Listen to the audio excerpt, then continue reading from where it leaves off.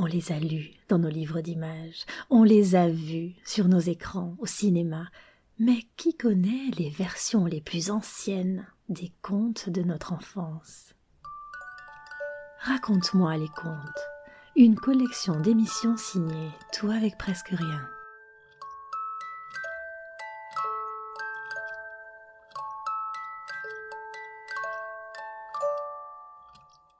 Il existe de nombreuses versions d'un même conte de fées. C'est le propre de la littérature orale et populaire que de n'être jamais fixé. Et il n'est pas mauvais de laisser ses droits à l'imagination de chacun. Les contes de fées, tout le monde les connaît, mais sait-on d'où ils viennent, jusqu'où ils ont voyagé, comment ils se sont transformés? Installez-vous confortablement. J'ai demandé à Victor Grondin de composer la musique. Nous allons partir au pays des fées. Le conte que j'ai choisi aujourd'hui a été écrit par Charles Perrault. Charles Perrault vivait du temps de Louis XIV. Académicien, il a écrit plusieurs textes très sérieux que l'on a oubliés pour la plupart. Dans son grand âge, lorsqu'il se retire de la vie active, il se rapproche de son petit-fils et décide de lui faire un cadeau. Il recueille soigneusement les histoires que les nourrices ou les grands-mères racontent aux enfants. Ces histoires que tout le monde connaît et que l'on se transmet le soir au coin du feu, oralement, en les transformant à loisir. Ces contes, Charles Perrault les fixe sur le papier et en fait un recueil. C'est ainsi que sont publiés en 1694 les contes de la Merlois, où l'on trouve le petit chaperon rouge, Barbe Bleue, Cendrillon et bien d'autres des héros de notre enfance. Je vais vous lire aujourd'hui le célèbre conte de la Belle au bois dormant, tel qu'il est écrit par Charles Perrault il y a plus de 300 ans.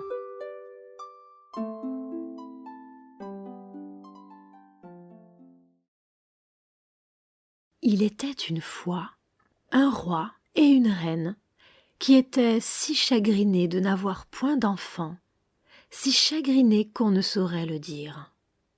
Ils allèrent à toutes les eaux du monde. Vœux, pèlerinages, menues dévotions, tout fut mis en œuvre et rien n'y faisait. Enfin, pourtant, la reine devint grosse et accoucha d'une fille. On fit un beau baptême, on donna pour marraine à la petite princesse toutes les fées qu'on put trouver dans le pays. Il s'en trouva 7, afin que chacune d'elles, lui faisant un don, comme c'était la coutume des fées en ce temps-là, la princesse eut par ce moyen toutes les perfections imaginables. Après la cérémonie du baptême, toute la compagnie revint au palais du roi, où il y avait un grand festin pour les fées. On mit devant chacune d'elles un couvert magnifique avec un étui d'or massif, où il y avait une cuillère, une fourchette et un couteau d'or fin garni de diamants et de rubis. Mais alors que chacun prenait sa place à table, on vit entrer une vieille fée qu'on n'avait point invitée parce qu'il y avait plus de 50 ans qu'elle n'était sortie de sa tour et qu'on la croyait morte ou enchantée. Le roi lui fit donner un couvert, mais il n'eut pas moyen de lui donner un étui d'or massif comme aux autres, parce que l'on n'en avait fait que 7 pour les 7 fées. La vieille crut qu'on la méprisait, et elle grommela des menaces entre ses dents. Une des jeunes fées, qui se trouvait auprès d'elle, l'entendit, et, jugeant qu'elle pourrait donner quelque fâcheux don à la petite princesse, alla, dès qu'on fut sorti de table, se cacher derrière la tapisserie, afin de parler la dernière, et de pouvoir réparer, autant qu'il serait possible, le mal que la vieille aurait fait. Cependant, les fées commencèrent à faire leurs dons à la princesse. La plus jeune lui donna pour don qu'elle serait la plus belle personne du monde. Celle d'après, qu'elle aurait de l'esprit, comme un ange. La troisième, qu'elle aurait une grâce admirable à tout ce qu'elle ferait. La quatrième, qu'elle danserait parfaitement bien. La cinquième, qu'elle chanterait comme un rossignol. Et la sixième, qu'elle jouerait de toutes sortes d'instruments à la perfection. Le rang de la vieille fée étant venu, elle dit, en branlant la tête avec plus de dépit que de vieillesse, que la princesse se piquerait la main avec un fuseau et qu'elle en mourrait. Ce terrible don fit frémir toute la compagnie, et il n'y eut personne qui ne pleurât. À ce moment-là, la jeune fée sortit de derrière la tapisserie et dit tout haut ces paroles. « Rassurez-vous, roi et reine, votre fille n'en mourra pas. Il est vrai que je n'ai pas assez de puissance pour défaire entièrement ce que mon ancienne a fait. Mais au lieu d'en mourir, elle tombera dans un profond sommeil qui durera 100 ans, au bout duquel le fils d'un roi viendra la réveiller. » Le roi, pour tâcher d'éviter le malheur annoncé par la vieille, fit publier aussitôt un édit par lequel il défendait à toute personne de filer au fuseau, ni d'avoir des fuseaux chez soi, sous peine d'être exécuté.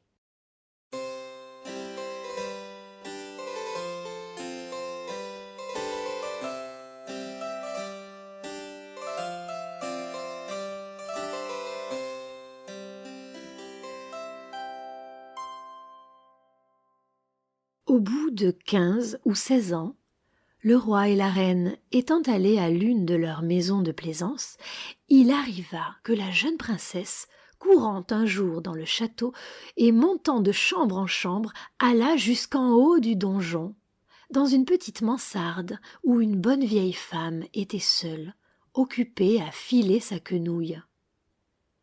Cette vieille femme n'avait jamais ouï dire qu'il était défendu de filer au fuseau. « Que faites-vous là, ma bonne dame ?» dit la princesse. « Je file, ma belle enfant, » lui répondit la vieille femme qui ne la connaissait pas. « Ah, que c'est joli !» reprit la princesse. « Comment faites-vous ? Donnez-moi, que je vois si je saurais en faire autant. » Elle n'eut pas plutôt pris le fuseau que, comme elle était fort vive, un peu étourdie, et que d'ailleurs l'édit des fées l'ordonnait ainsi, elle se piqua la main et tomba évanouie. La bonne vieille femme, bien embarrassée, crie au secours. On vient de tous côtés, on jette de l'eau au visage de la princesse, on lui défait son corsage, on lui frappe dans les mains, on lui frotte les tempes avec de l'eau de la reine de Hongrie, mais rien ne la faisait revenir à elle. Alors le roi, qui était monté au bruit, se souvint de la prédiction des fées.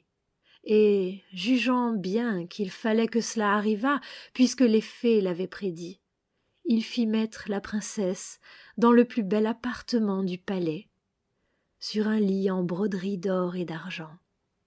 On eût dit un ange, tant elle était belle, car son évanouissement n'avait point ôté les couleurs vives de son teint. Ses joues étaient incarnates et ses lèvres comme du corail. Elle avait seulement les yeux fermés, mais on l'entendait respirer doucement, ce qui faisait voir qu'elle n'était pas morte. Le roi ordonna qu'on la laissât dormir en repos, jusqu'à ce que son heure de se réveiller fût venue. Je fais ici une pause pour m'assurer que vous reconnaissez bien la Belle au bois dormant. À peu de détails près, elle ressemble en tout point à la Belle Aurore que Walt Disney a mise en image dans les années 70. Les fées sont un peu plus nombreuses, la vieille fée un peu plus énigmatique, mais dans ses grandes lignes, c'est bien cette histoire que l'on a retenue, n'est-ce pas ? Eh bien, je vais poursuivre la lecture et vous allez découvrir des détails qui vont vous sembler bien insolites.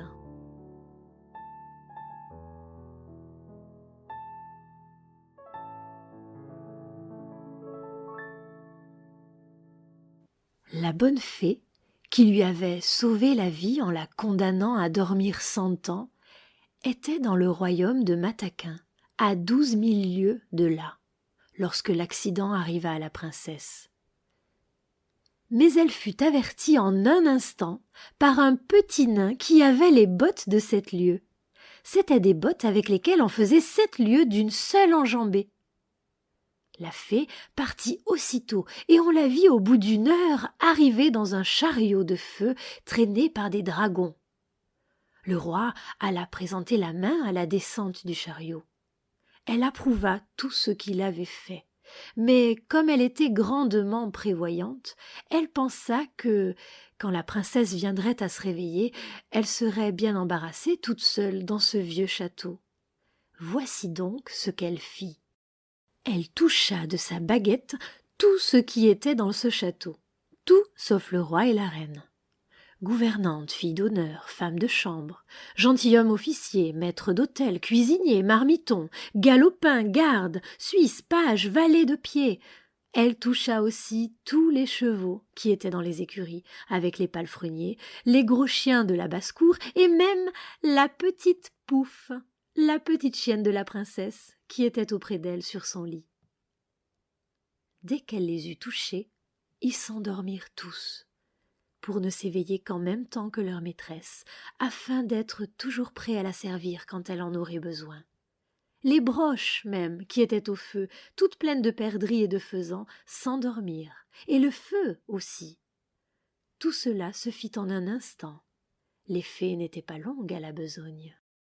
Alors, le roi et la reine, après avoir baisé leur cher enfant sans qu'elle s'éveillât, sortirent du château et firent publier des défenses à qui que ce fût d'en approcher.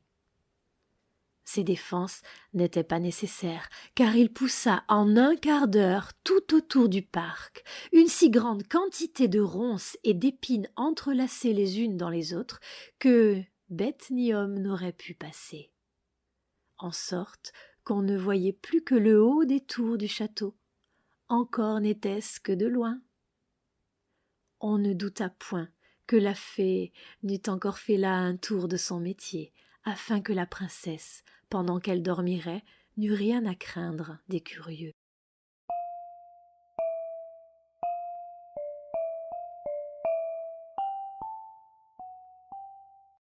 Au bout de 100 ans, le fils du roi, qui régnait alors, et qui était d'une autre famille que la princesse endormie, étant allé à la chasse de ce côté-là, demanda ce que c'était que ces tours qu'il voyait au-dessus d'un grand bois fort épais. Chacun lui répondit selon qu'il en avait ouï parler. Les uns disaient que c'était un vieux château où il revenait des esprits. Les autres, que tous les sorciers de la comté y faisaient leur sabbat. La plus commune opinion était qu'un ogre y demeurait, et qu'il emportait là tous les enfants qu'il pouvait attraper pour pouvoir les manger à son aise sans qu'on pût le suivre, ayant seul le pouvoir de se faire un passage à travers le bois. Le prince ne savait qu'en croire, lorsqu'un vieux paysan prit la parole et dit : « Mon prince, il y a plus de 50 ans que j'ai ouï dire à mon père qu'il y avait dans ce château une princesse, la plus belle qu'on eût su voir, qu'elle y devait dormir 100 ans, et qu'elle serait réveillée par le fils d'un roi, à qui elle était réservée. » Le jeune prince, à ce discours, se sentit tout de feu. Il crut, sans hésiter, qu'il mettrait fin à une si belle aventure, et, poussé par l'amour et par la gloire, il résolut de voir sur-le-champ ce qu'il en était. À peine avançait-il vers le bois que tous ces grands arbres, ces ronces et ces épines s'écartèrent d'eux-mêmes pour le laisser passer. Il marcha vers le château qu'il voyait au bout d'une grande avenue, où il entra. Et, ce qui le surprit un peu, il vit que personne de ces gens n'avait pu le suivre, parce que les arbres s'étaient rapprochés dès qu'ils étaient passés. Il ne laissa pas de continuer son chemin. Un prince jeune et amoureux et toujours vaillant. Il entra dans une grande avant-cour, où tout ce qu'il vit d'abord était propre à le glacer de peur. Il y avait un silence affreux. L'image de la mort s'y présentait partout, et ce n'étaient que des corps étendus d'hommes et d'animaux qui paraissaient morts. Il reconnut pourtant bien, à leur nez bourgeonné et à leur face vermeille, qu'ils n'étaient qu'endormis, et leur tasse, où il y avait encore quelques gouttes de vin, montrait assez qu'ils s'étaient endormis en buvant. Le prince passe dans la grande cour pavée de marbre. Il monte l'escalier, il entre dans la salle des gardes qui étaient rangés en haie, la carabine sur l'épaule, ronflant de leur mieux. Il traverse plusieurs chambres pleines de gentilshommes et de dames, dormant tous, les uns debout, les autres assis. Il entre dans une chambre toute dorée, et il voit sur le lit, dont les rideaux étaient ouverts de tous côtés, le plus beau spectacle qu'il eût jamais vu. Une princesse qui paraissait avoir 15 ou 16 ans et dont l'éclat resplendissant avait quelque chose de lumineux et de divin. Il s'approcha en tremblant et, rempli d'admiration, il se mit à genoux près d'elle.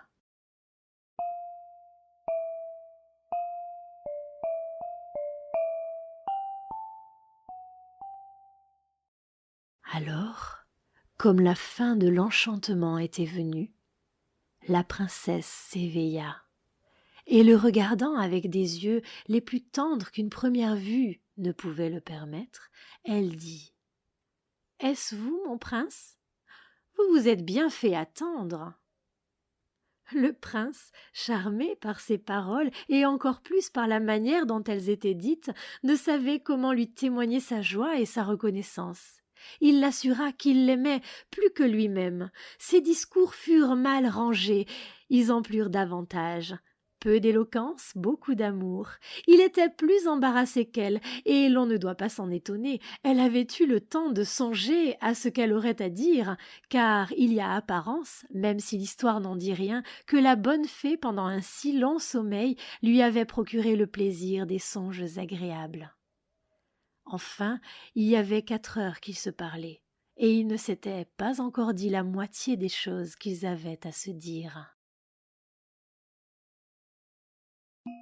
Une fée qui arrive en chariot tiré par des dragons, un nain qui lui passe les bottes de 7 lieues, la petite chienne Pouf endormie près de la princesse. Avouons que Perrault livre à notre imaginaire quelques détails croustillants que Walt Disney n'a pas retenus. Que pensez-vous des premiers mots de la Belle au bois dormant à son réveil ? Vous vous êtes bien fait attendre. Elle ne manque pas d'humour, la princesse, n'est-ce pas ? Dans notre imaginaire, l'histoire s'arrête ici. Le prince trouve sa princesse. Ah, l'instant merveilleux qui a fait rêver tant de petites filles. Notre mémoire en général s'accommode de cette fin. Et tout le monde conclut en chœur la fameuse phrase « Ils se marièrent et eurent beaucoup d'enfants ». Savez-vous que je n'ai trouvé cette expression nulle part dans les contes de fées de Perrault ? Oh là là, toutes ces idées que l'on croit évidentes. Eh bien, sachez que dans la version écrite par Perrault, le mariage n'est pas une fin, loin de là, car au moment où le prince embrasse la princesse, nous en sommes à peu près à la moitié de l'histoire. Incroyable, n'est-ce pas ?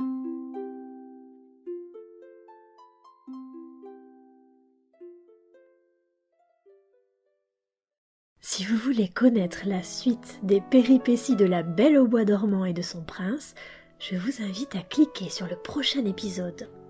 Nous y découvrirons comment la princesse au bois dormant deviendra reine, et nous reviendrons sur les différentes versions de ce conte, de la plus ancienne version écrite, signée Giambattista Basile, à celle de Walt Disney, en passant par la version des frères Grimm.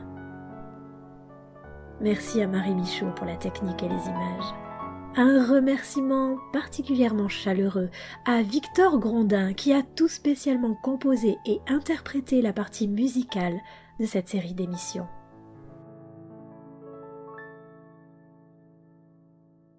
Retrouvez ces titres sur notre page consacrée à ce conte. rendez-vous sur notre site, tout avec presque rien.